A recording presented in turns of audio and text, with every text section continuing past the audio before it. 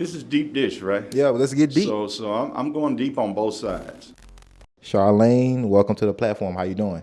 I'm great. How are you? I'm doing fine. Thank you for being here. So I'm gonna go ahead and go through this so people understand your impact in footwork, just in the community. Okay. All right, community organizer, wife, mother, Tennessean of the Year 2020, co-founder and executive director of the Equity Alliance, leader. And it's a whole bunch of more stuff that I can go down that, it'll take an hour for us to get through that. But most importantly, right now, you are a candidate for Tennessee State Senate District 19. Yeah. And so how's that going so far? It's going excellent. Okay. I could not have asked for a better start to my campaign. It's a 90-day campaign, and, the challenges are there to ramp up, but the energy is there for people to support me. I'm getting a lot of great support. So I want to go ahead and dig straight into this. All right. Long time seat holder of District 19 for the Senate, Senator Brenda Gilmore, announced her retirement in a very peculiar way. Mm-hmm. Some would say, she pretty much wanted to handpick a successor, mm-hmm. right? And that kind of backfired, because they put in this act, just in case someone tried to do that. The I'm missing the word, Skullduggery Act. AntiSkullduggery Act, yes. Right? Mm-hmm. AntiSkullduggery Act, which is when an incumbent retires after the deadline, and then somebody else, it's only one person that has put in a petition to run. It says, we got to open up the petitions again. Well, yeah, I can explain it a little bit. So, on, I think it was April 15th, it was the Thursday, April 14th, I believe. And, everyone in Nashville learned of the news at the same time. And so everyone learned the word anti-skullduggery that day. Mm-hmm. Essentially, it was a law that was passed, I believe, back in 1992.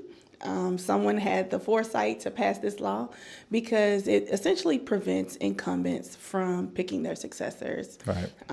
And, this is a democracy. Right. We are in a representative democracy in America, and we have elections that we deserve as the people to decide who picks and represents us. And right. So the Anti-Skullduggery Act prevents us from picking kingmakers, right. So. And so what was your initial thoughts when Senator Gilmore announced her retirement in the fashion in which she did? And were you thinking before that even happening of running, or did you see that as an opportunity? Prior to that day, no, I was not thinking of running for any seat at all. I never thought that elected office or even, running for office was on my bucket list. It was never a goal. But also, starting the Equity Alliance was sort of an anomaly for me in my life. So I've just always seen the work that I've been doing as God ordering my steps. And when I learned about the news, I was shocked, just like everyone else in the political world. No one knew. Right. And I immediately started calling my friends that I knew that worked in politics, and everyone was shocked. And I immediately went into organizer mode. Right. I said, well, this seat is open now. Who's going to fill it? Right. And then the same day, we also knew who she was going to pick as her successor. And I just felt like, this is a way that we should not do politics. I actually entered the realm of politics because I was sick and tired of politics as usual, in the way that we only let certain people in. Right. We treat politics in our political system as an elitist society that only the few get to be a part of. And I've been building power so that everyday people actually gets to be a part of the process. Right. So that actually went against my value system. And so that is why I feel so passionately about running, because I am standing up for everyday people that have been overlooked, that have been excluded in our society. That includes me. Right. If you know my story, if you know the lived experiences that I've been through, there are people in our society that get stigmatized, that get labeled based on the condition or the mistake that they've made. And we tend to ostracize them to the margins and say, you're not worthy enough to have a voice, you're not worthy enough to have a vote. And I've been building power with these people, returning citizens, working class people, poor folks, vulnerable citizens. And that includes me. Right. And I want people to have a voice. And that's why I decided to run, is because the rest of us get to have a say. That's why I say my campaign is based on #It's Our Time. Right. It's not Charlane's time. It's not my time. It's our time. The voices that have been locked out for so long get to have a voice in the state Senate now. And so it may be some of us that's watching or listening who's not familiar with your story. I do know you are from originally from Little Rock, Arkansas. Yep. Right. Shout out to Little Rock. Little Rock. Made your way down to Nashville by way of Vanderbilt University. Yep. Have a whole family history, ancestry of serving leadership, civic service, veteran. And so I did my research. Okay. And you also had to overcome some things that you mentioned: poverty, depression, sexual assault, and those things. And so can you give us a little bit of insight of how all of those things shaped and molded you to the woman you are today? Oh gosh, where do I start? Yeah, so grew up in Little Rock, Arkansas. At the time, my parents were married. My parents got divorced when I was 7, and grew up in a very Christian home, working class home. People used to describe us as like the Huxtables, right? On the Cosby Show. I even looked like Rudy growing up with the long hair. But then my world changed, and so I experienced. There's a term for it today. They call ACEs, Adverse Childhood Experiences. There was domestic violence in my home, raised in a single parent home by my mother. She had to go back to work. And so I just started experiencing all these things. And, but I had good values. I had a good centering. My parents stressed education. My dad anointed me when I was younger, about 10 years old. He anointed my head with oil and put me on this path of greatness. And so, but I also watched my parents, even though we didn't have much, right, we were spiritually rich in a sense. And my mom didn't let us know we were poor. She grinded. She went to school at night. She was my first example of excellence. She was a fighter. Again, she dealt with domestic violence in some relationships, and I had to witness that. When I say I'm a fighter, literally I'm a fighter. I grew up a tomboy. So okay. A lot of people don't know this about me. I was a tomboy. Like, I didn't own a pair of clothing that was feminine until I got to college. And so it's like that. Did you have like other siblings, like brothers that No, or? I grew up in a house of women. It was Okay. me, my 2 older sisters. My oldest is 10 years older than me, and then my middle sister, Erin. She's 2.5 years older than me. But I also grew up with foster children in my home. Okay. So when my parents got divorced, my mom took in foster children as a way to supplement her income. Wow. So, but she was gone a lot because she was going to school at night, going to Philander Smith College in Little Rock, HBCU. And I was the one at home, either watching the foster children with me, making ramen noodles for dinner. Right. And so I saw a lot of trauma that they brought to the home as well with them. And that impacted me and influenced me as well. Forgot where I was going with this story, but how did all that shape you? And there was. So when I was in 3rd grade, I go back to the fighter story because I literally used to fight. She's a fighter. Like, if you talked about my mama, we was fighting. I played with all the boys in the neighborhood. And there was this little boy named Chain that lived across the street, and he talked about my mama. And we got into a fight, and I was on top of him, just wailing on him, right? And so I fought all the boys in the neighborhood. I didn't have a lot of female friends. When I was in 3rd grade, I had this friend. Her name was Rhonda Lovelace. And Rhonda was dark-skinned. She was kind of short, a little bit heavy-set. And she was being picked on the playground one day by this girl in 4th grade, and we was in 3rd grade. And these 2 girls went up to her and was like, wanted to fight her and started picking on her and pushing on her. And I stepped in the way. And I said, if you're going to pick on somebody, pick on me, because that's my friend. Right. And looking back, that told me, one, I'm super loyal. I'm a super loyal person to my friends. But also, I don't let the little guy get picked on. Mm-hmm. And I fought. Like, we literally got in a fight on the playground that day. So that was one instance. The other instance that really taught me at an early age that I was a fighter is this boyfriend that my mother had that used to hit on her. And he came to the house one day. They had just had an altercation a few days earlier where he punched my mother and had a huge gash on her forehead. And he left the house that day. The police came, and don't remember if my mom pressed charges or not, but he tried to come back to the house. Obviously, my mom, kicked him out at that point, and he was banging on the door to get in.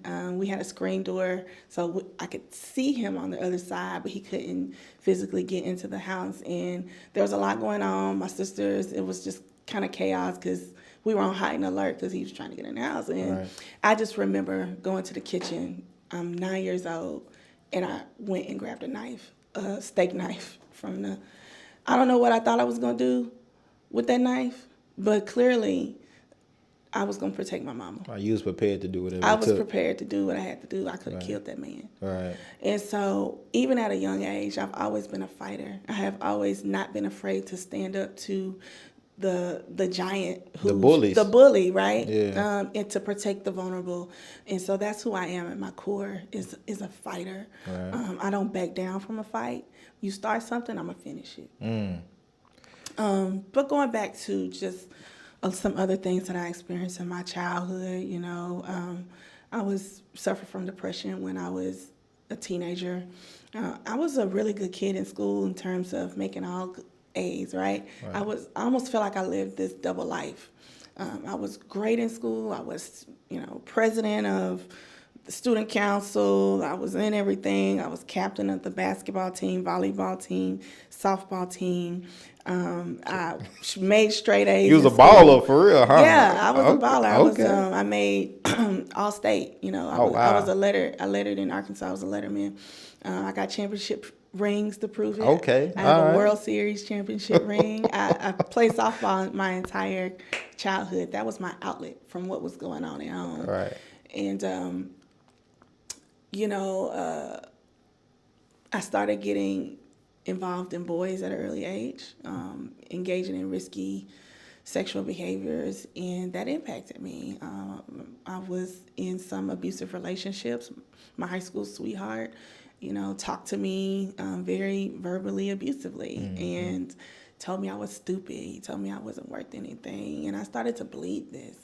And when I look around, I didn't have a lot of support, and it's just sent me on this spiral of a dark place, a very dark place in my life in high school, so much so that I blocked a lot of my high school year memories out because it's just a dark place in my life that I wanted to commit suicide. I even thought about ways of doing it, but my Christianity, my faith in God, and my belief that if you commit suicide, you're going to hell. Right. And that's the only thing that kept me alive. And I just remember crying in my bedroom, crying to God, and I remember the voice saying, if no one else loves you, I love you. And God kept me alive. Wow. And, I had my fair share of horrible relationships. When I was 17, I got involved with an older man. He took advantage of me. Essentially, he was a pedophile. Right. I had an R. Kelly in my life, as the story of R. Kelly goes. Right. And I, was manipulated. I was deceived. He stopped me. He engaged in things that I was not maturely ready for, and had to make a difficult choice with my body. And so that's why I'm really, really passionate about women's reproductive rights, Right. Our ability to choose. Right. So, I've had my fair share of issues, and I've lived these things. Yeah. I know what it's like to be discriminated against in the patient room because of the stigma that comes with having certain health conditions. I know what it's like to not have health insurance, and to go with issues and being uninsured. Having to work my way through college on work study, food stamps, and TennCare. I went to Vanderbilt, but I worked my way through Vanderbilt. Right. And so I know what that's like. So we need people who can speak to the issues, who understand them, who have lived them, who understands how policy plays out in real time, what the unintended consequences are. And that's why I believe I'm best qualified for the seat. How has the Equity Alliance journey, experience, work prepared you to be the best person for District 19 at this particular time? Yeah, when I look at my trajectory of my career, a lot of people just think I woke up one day and just wanted to start the Equity Alliance, and I got lucky. Now, Right. Jim Cooper, I've got over 20 years in the game, in the community. I fell in love with nonprofit work at Vanderbilt. My second semester senior year, I had to do an internship at Bethlehem Centers of Nashville, where I met Joyce Searcy, who was my mentor to this day, she is a staple in the community. BC, right? Bethlehem Center. And I saw a black staff, who had a passion for the elderly, children, and I wanted that too.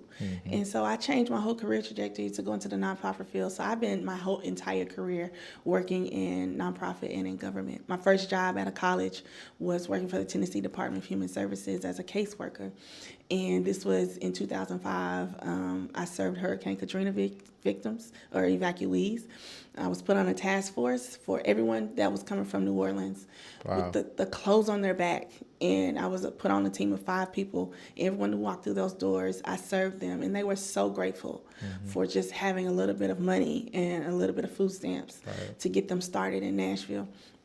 And so I've seen people always either in crisis or struggling, right? Low-income citizens that I've served, giving them Families First, food stamps, which is what we call SNAP benefits, and Medicaid TennCare.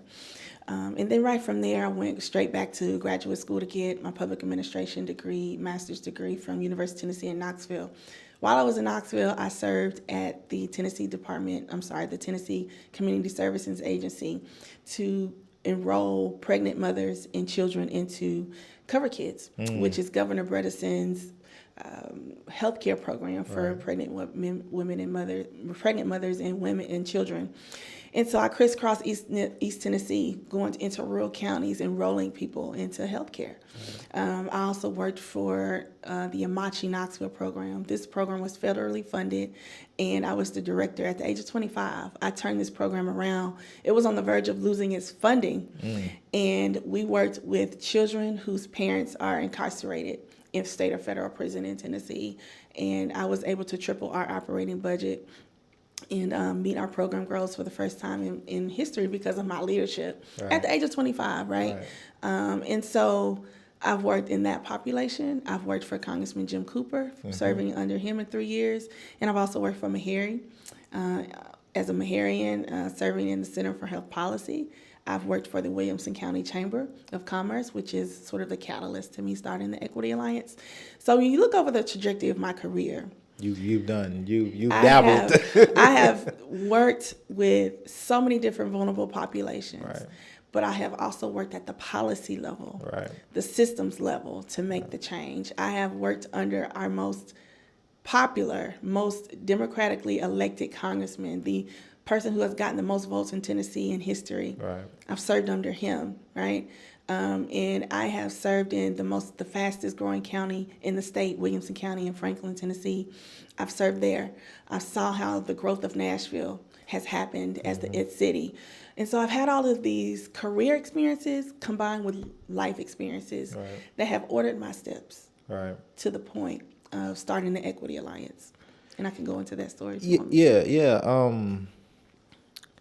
Because I think people can easily, we kind of talked about this, like just Google like the Equity Alliance and like get a snapshot, right, of like all the things you all do on a state level, right, and just not like just here in Nashville. Yeah. Make that clear. They work on a state level, We do.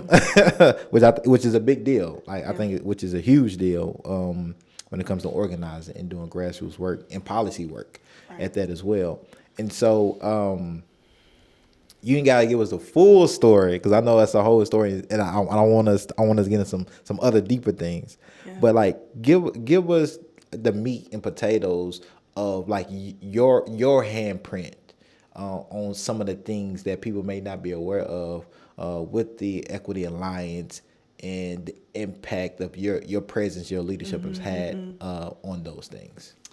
Yeah, you got to go back to the year 2012 and where I started my healing journey. I like to say that the Equity Alliance story is so much wrapped up into my personal story of being a survivor. And at the time, I was looking for healing, and I was looking to overcome to be the victor and no longer the victim. And 2012, my son was born, my second child. He's now 10, Elijah. He was born 2 days before Trayvon Martin was murdered. And the reality of Trayvon Martin's murder struck me in a way as a mother. I now had to raise a son who could be looked at as a threat in our society. And I was looking for answers. I was looking for how do we get to the root causes of that?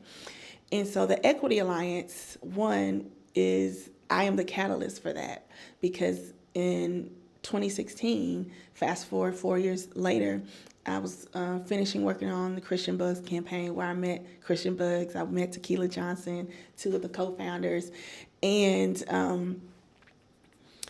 after Trump got elected in the fall of 2016, I called these women together and said, look, we got to do something. Right. I felt so compelled to act. I looked around. I'm like, there are no Dr. Kings and Malcolm X's coming to save us. It's on us. Right. It is on us. And when I look around,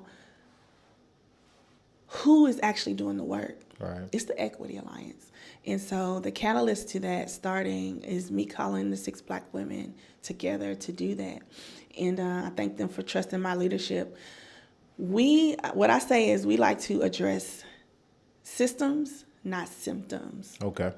A lot of what you think of a nonprofit does is, the work of charity.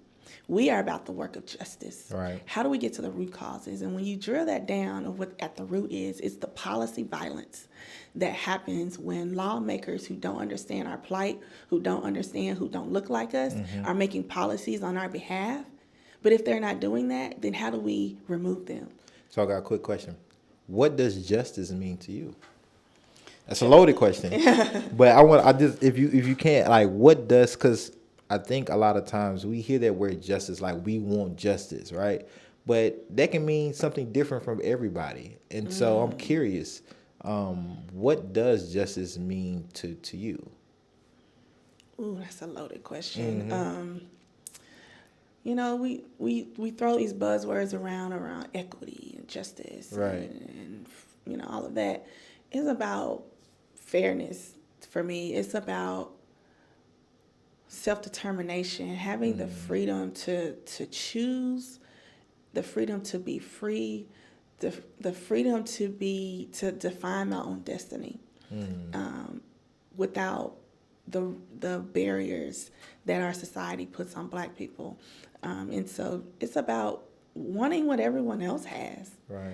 Not taking the rights away from someone else, but having the same rights and privileges and liberties that the privileged few have in our society. We want accountability. It's about leaving me alone, okay? It's about get your foot off my neck. Right. Get your hand out of my uterus. Right. It's about letting me have the choice to make my own decisions. And I see a government who does not want to have us have choice. Right. It's about the community control that they, being white supremacy, has exerted on our communities for over 400 years. Right. Chattel slavery never went away. No. It just reincarnated itself. Right. And so what we are fighting today is the reincarnation of slavery in different many forms. And so the justice work is about dismantling those systems and removing barriers so that Black people truly can be free. Right. And so Not just Black people, but all people. Right. Right? And so chattel slavery hasn't went away. A lot of these things, inequities, unfairness, they just look different, right? Then on the surface, it's not as dramatized as it was, 50 years ago. Right. They're not hanging us from trees anymore. Right, exactly. Right? And so if their tactics have changed, our tactics must change too, right? And so tactically, what have been some of the ways you, the Equity Alliance, just the work you've done has responded to those change of tactics that has occurred over time that has still kept people oppressed, traumatized, poor, just in crises, right? Every single day. Yeah. Ooh. You spoke a word there in terms of our tactics have to change, right? We have to pivot, and I believe the reasons that the Equity Alliance has been so successful is our ability to take a step back, one, not as permission, but also look at the ways of how we reimagine how we engage people, being authentic, being bold, being unapologetic. Those have served us well. People are looking for authenticity. They're looking for real connection. And so one of the things we like to say is we build power year round. So we're challenging the way that we've always done it. Because if we think about white supremacy, it's to uphold certain rules. And if those rules and customs in our society are doing things the way we've always done it, and being beholden and subscribing to these unspoken rules, then we got to get outside that system and do things differently. And so that's why we say we operate at the intersection of Black culture and politics. So we put the medicine in the milk. Right. We're not expecting you to come to us. We're gonna go to you. We're gonna meet you where you are, whether that's at a brunch happy hour, Right. or at a nightclub, or if you at church. Right. We are coming to you. And so we organize in a way that speaks to your authentic self.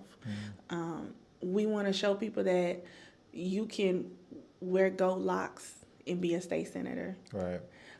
You can love who you love and run for office. So in order to if we're going to challenge politics as usual, then we can't do things the way we've always done it, which is come into Black communities 2 to 3 weeks before election time, say, we want your vote.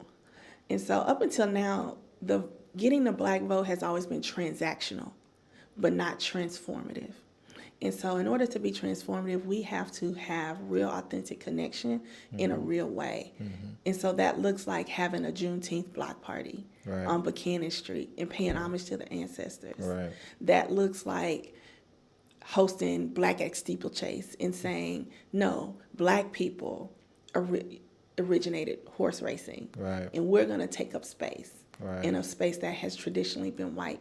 Right. And we can show up as our authentic selves, right? It looks like, going to public housing projects and saying your vote matters too, and talking to them. Getting outside of the norm of what we think politics is about. And so we are all about bringing more people into the process. Right. No matter what you look like, who you love, who you pray to, your vote matters too. If there are, for example, 10 houses on the street, conventional wisdom says we only have to talk to the 3 houses on the street that are super voters who vote in every election. Their vote is the only one that matters and gets talked to. It repeats this perpetual cycle. The person who votes, their needs get met, and then the candidate only listens to them when they're in office, Right. and only certain neighborhoods get investment. Right. We're trying to break that perpetual cycle by saying we want to talk to the other 7 houses on the street. Right. So that's kind of a little bit about how we do it. We have our power pillars that we build power is through community organizing, meeting people where they are, bringing into civic leadership through our Liberty Collective program, voter mobilization, have collective impact through coalition. So we don't just do this work by ourselves, but Right. in coalition with folks across the state. And advocacy wins. We can't have change if we're not changing the policy. Right. Exactly. So- Which is the work. Yeah, that's What the the policy is the work. Once the protests and all the marching is done and stuff, people have to figure out how to change these policies and talk to these state legislators. So, which makes me pivot. Potentially as the new senator, Tennessee State Senator of District 19, it's a little different role, right? Than community organizing, and you do way more than just community organizing, but we're just going to use that term Okay. for simplicity purposes. How do you pivot and balance, or how do you see those roles being similar, a little different? How do you respond to that change? Because it is different. It's a different interaction with community a little bit. You're going to have to persuade other senators of things that you feel is necessary for community. And I know your constituents will be specifically District 19. Yeah. But you still have to be in conversation or debate with other senators. Yeah. What are your thoughts on that? How do you plan to tackle those things in that potential, change of working with community looks like? Yeah.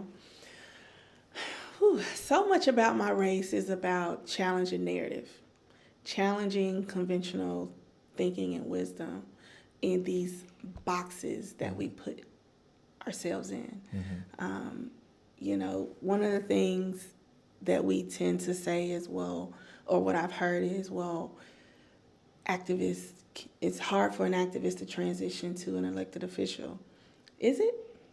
Because from where I sit, I talk to people every day. As a state senator, I'm supposed to engage my constituents every single day. And so I have been in boots on the ground in the community, building relationship with people in an authentic way, giving access to people, right, who feel like I'm approachable. Right. And so, one, I do believe that that's an easy transition, actually, because I have been building coalition with people across the state. And so my network of folks goes deep and wide. And so that's one of the things that I think I bring to the table as a state senator is being not only accessible, but working in coordination, in coalition with other people. We tend to think that as a state senator, what are you going to get done? Well, there are 33 other people in my body, but also we can work from the outside too. It's not just me, but how can I leverage my power and connections and coalition across the state? I've been building power with groups like TIRC, Tennessee Immigrant Refugee Rights Coalition, who's talking to new immigrant voters. Folks in Memphis like Memphis for All and Up the Vote 901, who can talk to people in Memphis to have them call their Memphis legislators, right? People in Chattanooga, Unify Ed, all of these groups that are working together on the outside that I bring with me to the state Senate. And so those are the things that I think that will serve me well as a state senator. Okay. In getting things done, but also, not afraid to challenge the racist policies that are being passed. Not only racist, but bigoted policies that are harmful to my community. I see my role as number one, doing no harm. Right. And so I won't sign off, or I will oppose legislation that will cause harm to my community. We can file amendments to make sure that we can, have policies not be as harmful. Working across the aisle, that's something too that is a double-edged sword in this state. We are in a Republican state legislature, Right. and super majority. Right. And I don't want to be I don't want people to be naive about this thing. I don't want people to say, well, how are you going to get things done as a state legislature? We are outnumbered, right? As a Democratic Party, we are outnumbered. That is a fact. Right. It has been a fact for over, about 10 years Right. now. Almost 10 years. And bipartisanship can happen at the state legislature level, but it's one-sided, unfortunately. Mm-hmm. Democrats have been making compromises, but I don't think our Republican Party has been making compromises back to work with us. There's been bills that have been passed that make sense for us, to pass Medicaid, to have fully funded schools, to have common sense gun legislation, but those things don't get passed.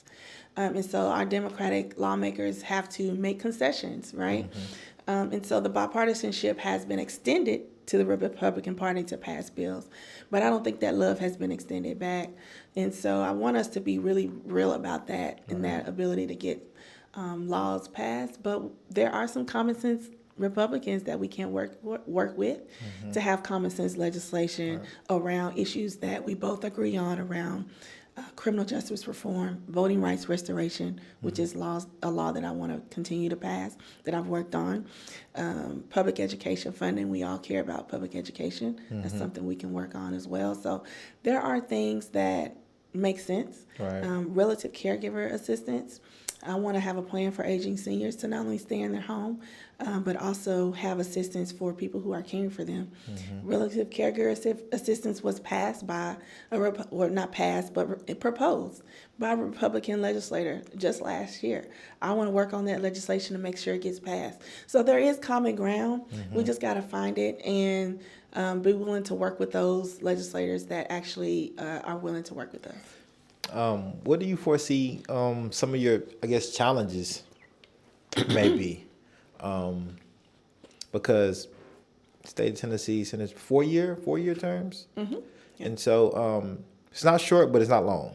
Right. And so, you kind of got to get in there, do your work, and then you kind of back trying to, get reelected again. Mm-hmm. So what do you see could possibly be your biggest challenges if elected?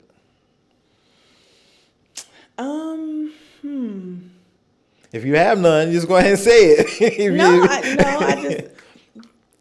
I think the challenge will be, you don't know what you don't know. Right. Right. And so it's very different, being there as an advocate, being at the state level, sitting in committee hearings, even testifying, but once I get in there, right.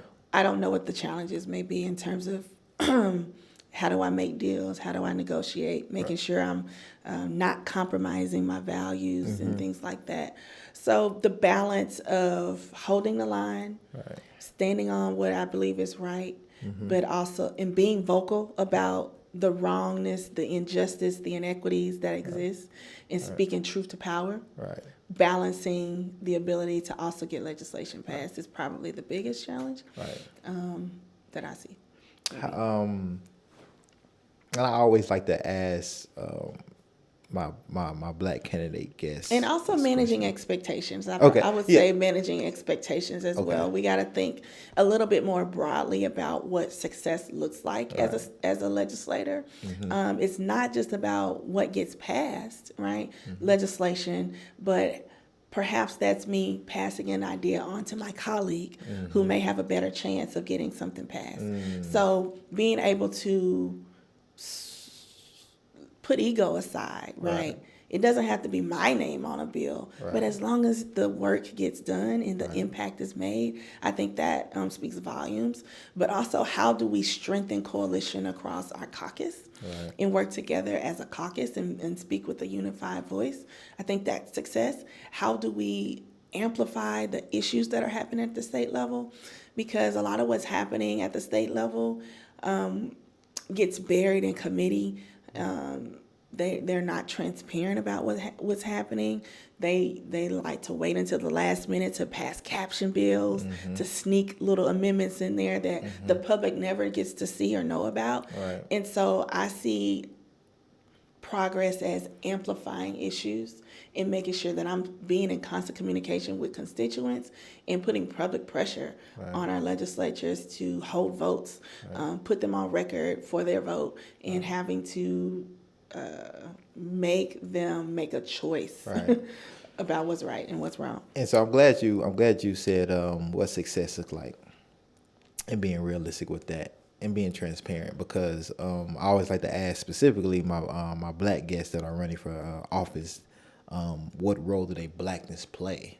Because in our community, we hold our black elected officials on a pedestal.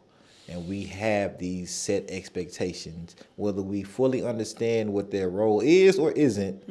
We have certain expectations from whatever perspective or view that we understand politics.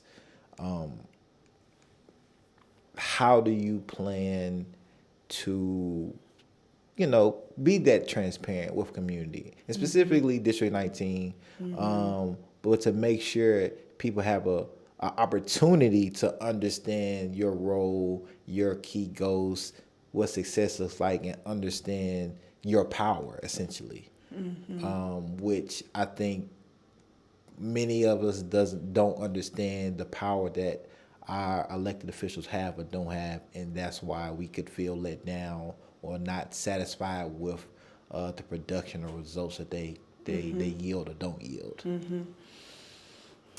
Yeah, it's interesting. I feel like in the black community at large, someone said this recently, black pastor recently at a town hall, that we tend to hold our elected officials like celebrities. We tend to treat them like on this celebrity status, this pedestal, and we're just public servants, right? And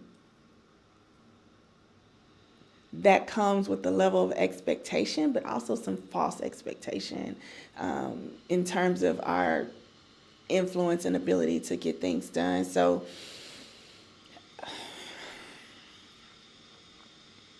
a lot of what I see as my role is going to be to educate.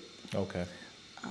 What I see happening, what I see as a community organizer through the Equity Alliance, voter education is so critical in this moment, in the age of where we have misinformation floating online. We have the demonizing of traditional media, what we call the fourth institution of government. Our media is being demonized and called the enemy of the state. Newspapers are closing. And so social media is exploding. And so there's a lot coming at us. Right. And also we don't have civics in school.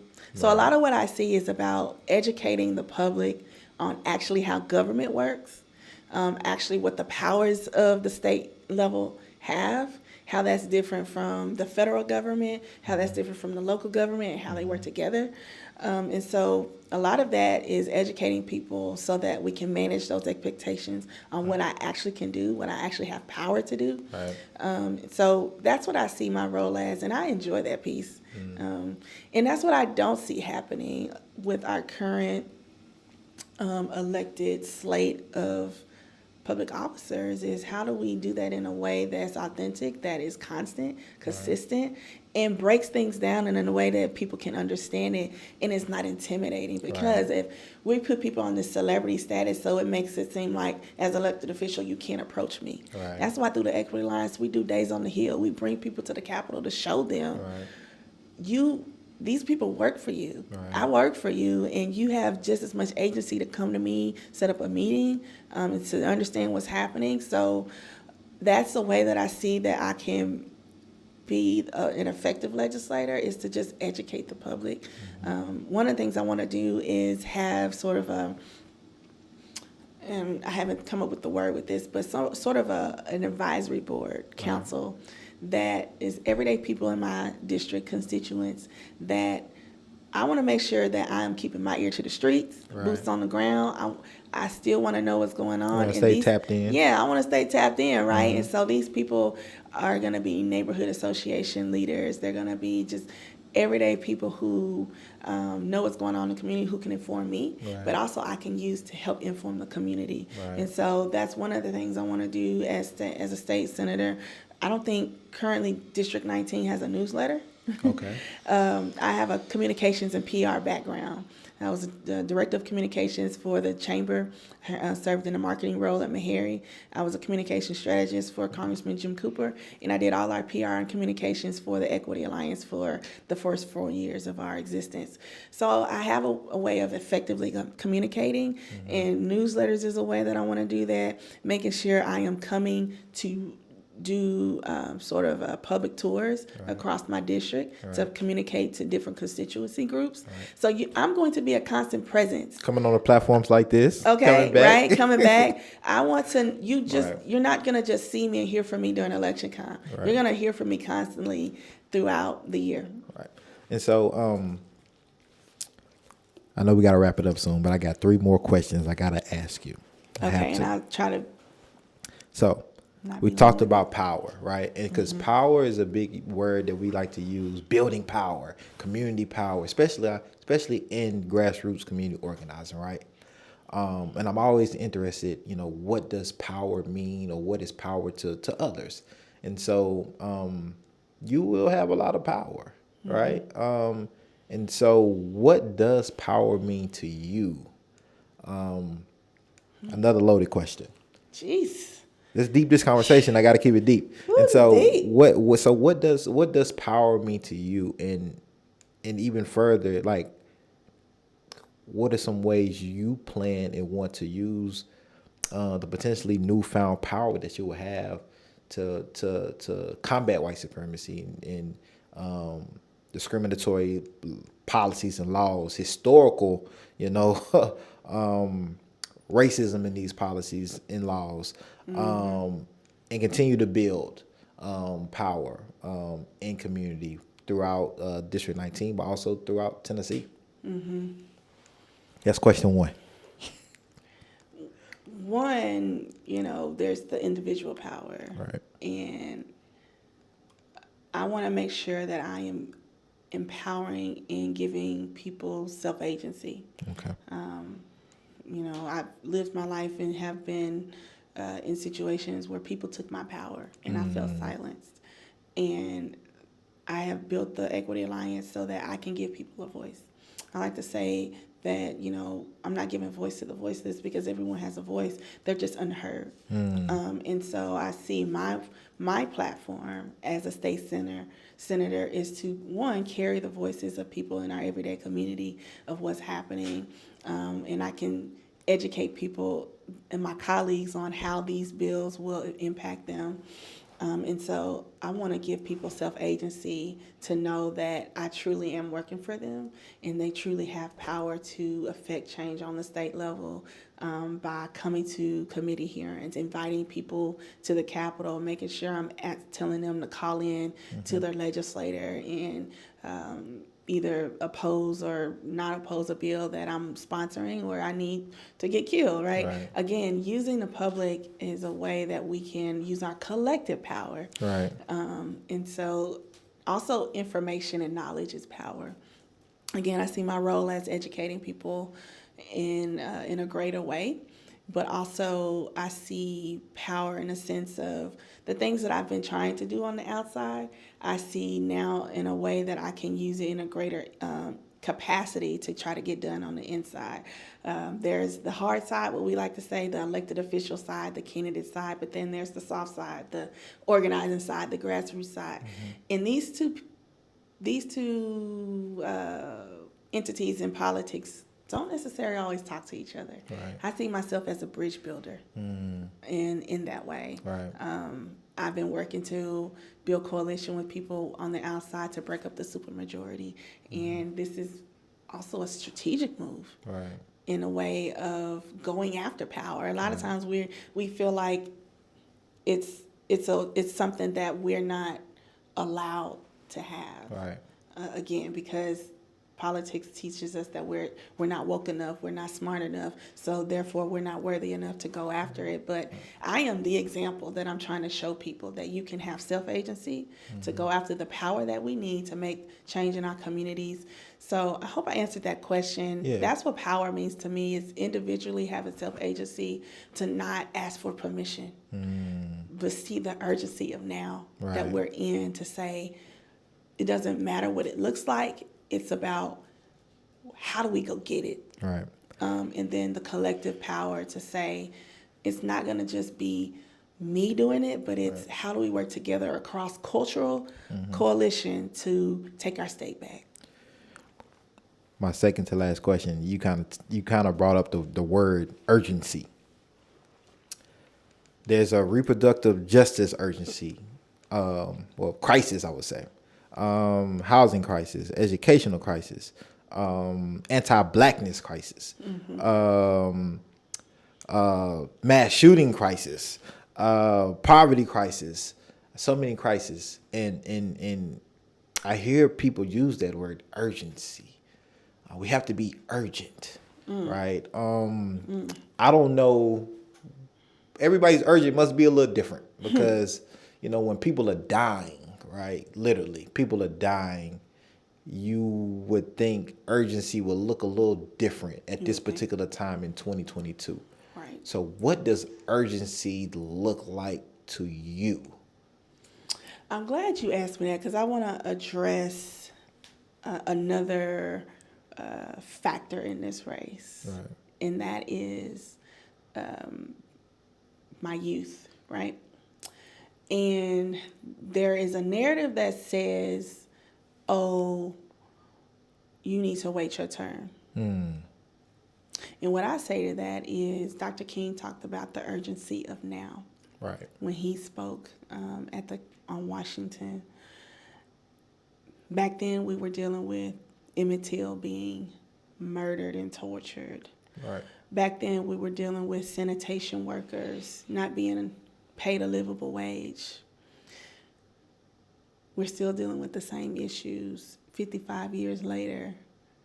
And so when people tell my generation, wait your turn, it's not your time yet, I say to that, we have watched people get killed by police, slaughtered with AR-15s. We have watched kids die in schools. We have multitudes of crises, people sleeping on the streets, people getting pushed out of Nashville and displaced. And if your answer is to say, wait your turn, you are upholding white supremacy, because waiting your turn has only served white supremacy. We don't have time to wait. My generation has watched planes being used as bombs, flown into buildings, okay? We saw a black president tell us we don't have, there is no time, okay? Obama told us we are the ones we've been waiting for. Right. So this urgency of now is now. Right. Yesterday. We're still fighting the same fights to carry on the legacy of Dr. King, the Poor People's Campaign, to everyday workers. When you look around Nashville, who are your servers? Who are your bus drivers? Who are your paraprofessionals, your teachers? Who is serving in making Nashville run? They look like me and you. Right. And so we're creating an underclass of people, a permanent underclass, because we won't pass livable wages. We won't give teachers pay raises. We are raising rents, price gouging people out of their homes that they have owned for generations. And when I look at the people in this race, this stuff happened on your watch.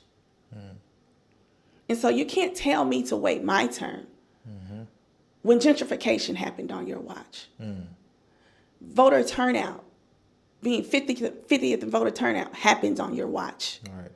Okay? We're losing rights. That happened on your watch. And so the urgency for me to get in this race is now. The door opened for me to get in this race, and I'm going to take it. Gotta walk through them doors. You gotta take that opportunity. Sometimes you gotta knock the doors down. And I'm going to fight like hell for this opportunity.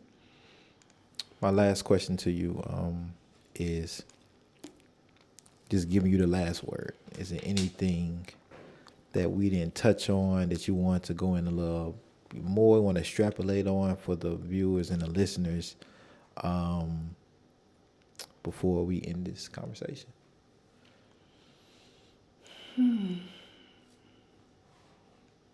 We're editing this, right? Because I'm still thinking, right? Yeah.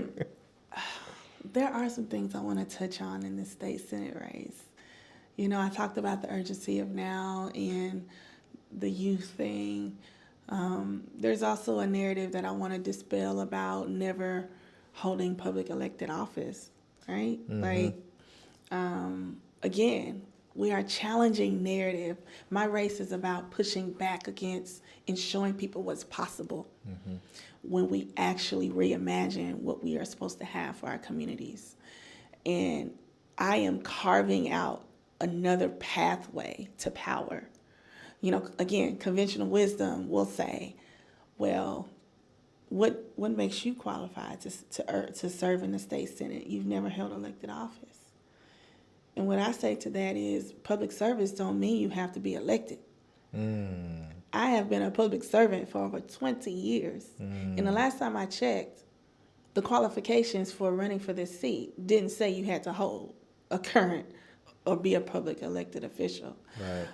Again, the public elected officials in this race, the things that have happened in our community happened on their watch. And so I am offering something different. Right. I am carving a pathway out for people a pathway that says, you know, you don't have to have a famous last name to run for office. I can't write a big check to my campaign because I don't have, I don't come from wealth, right? My parents weren't big civil rights leaders. I wasn't groomed for politics, okay? All of these things is what politics says you're supposed to do in order to be in office. But I say, like, I am challenging all those narratives to show people it's our time. That's what's possible.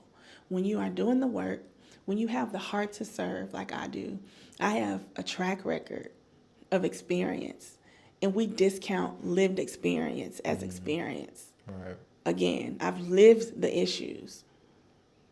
I also have the work experience. I have served at the state level. I have served at the federal level. I have served at the local level, even being appointed by Mayor Cooper on his task force during the pandemic to allocate resources to combat the pandemic. I was responsible for $28 million getting allocated from the Metro Council for money to go directly into Black and brown Nashvillians' hands for rent relief, for food insecurity, for small businesses. So I have worked in governing roles, right? That should not get discounted. That counts for something that I bring to this race, that I bring to this seat. How can people support your campaign? Where can they go? What can they do? How can they do it? Yeah. To win this race, it's going to take all of us, literally. It's going to take one extra step to do something you've never done before, to say, I will step up. And so you can follow me. You can go to my website, oliverfortnsenate.com, click the Get Involved button, sign up to volunteer. I need volunteers. Sign up to help make phone calls, help to call voters, help to knock doors of voters. I need folks putting out yard signs. There is no task too small that helps this campaign, that fuels this campaign for the next 6 weeks. You can donate to my campaign if you don't have the time. money helps go a long way. Okay, it helps me pay for volunteers. It helps me pay for canvassers. It helps me get my name out there in spaces that I can't be in. It helps me to pay my team. And so money is the liquid gold of campaigns. I can't do this without that. So you can donate on my website. And so you can tell other people about me. Right. Maybe you have a large platform. Invite me to come speak to your group. If you have a neighborhood association, all of these things, I'm willing to come. Again, I want to be accessible. So there are so many ways. I actually posted on my Instagram 10 ways that you can support me. And so I encourage your viewers to check that out. So go follow me on all the platforms and go to my website, oliverfortnsenate.com. And most importantly, so people who may not know, primary election is August 4th, and then the general election is on November 8th. Do we have early voting on this too? Yes, early voting starts July 15th. Okay, a couple weeks. Yes, we are less than a month away from early voting, so July 15th through the 30th. Okay. You know, all of our districts have changed in Nashville, so I encourage you to look up your voter registration status. Make sure you are registered to vote at the address that you live at. You got to do that before July 5th. Make sure that you know that you can vote in District 19. You can look that up on the Secretary of State's website. And make sure that you have a plan to vote. Know that you can vote during early voting. Don't wait until Election Day. We never know what happens on Election Day. We had a tornado that happened 2 years ago on Super Tuesday. People couldn't vote, so don't wait. Get that on out the way. Well, Charlane, I really appreciate your time, your transparency, your genuineness, and just your availability to be here on Deep Dish Conversation. So I hope, I know people gonna love this interview. And just, love your energy, your personality. And we'll see, on August 4th, and then we'll see again, November 8th, Okay. So thank you. Thank you. And I just ask for people's vote. Thank you.